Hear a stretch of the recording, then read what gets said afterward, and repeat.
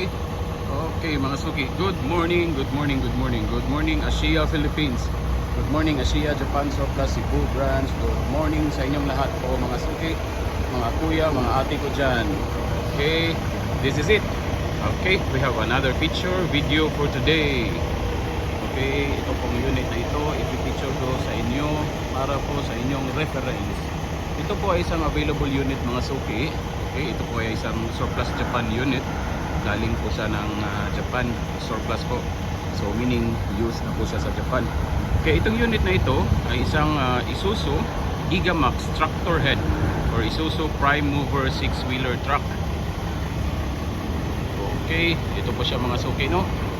Available pa po siya mga suki. Available po siya, kakarating lang po ngayong umaga, September 7, 2022. Kakarating lang po nitong unit na ito mga suki. Available po siya mga suki. Isuzu Prime Mover, Isuzu Gigamax tractor head. Dito lang po sa Asia Japan Surplus Cebu branch. Okay. 6WG1 po yung engine niya mga suki. 6WG1. Okay, tingnan natin sa likod mga suki. Ito po ay isang Molly type na po. Molly type.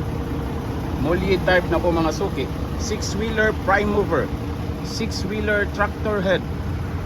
Available pa po siya mga suki. Nandito po siya sa Cebu branch natin. Asia Japan Surplus Cebu branch. Okay. Tingnan nyo maigi mga suki. Napakakinis po. Napakagandang unit. Available pa po siya mga suki.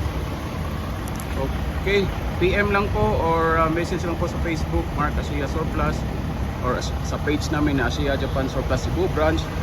And then check po sa YouTube channel natin, Asia Surplus TV. Asia Surplus TV po sa YouTube natin. Okay, tingnan nyo mga suki. Ito ay isang Isuzu tractor head Prime Mover na may engine na 6WG1. Okay. Available pa po mga suki, no?